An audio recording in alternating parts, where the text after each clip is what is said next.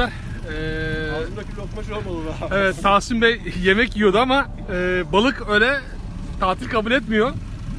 Evet, Tahsin kardeşim şu an güzel bir balık aldı. Çekiyor kendisi. Ben de kepçemi hazırladım. Kendisine kepçecilik yapacağım. Evet, balığımız gelmek üzere. Balığımız geldi. Evet, balığımız geldi arkadaşlar. Çok güzel. Tahsin'cim, tebrikler.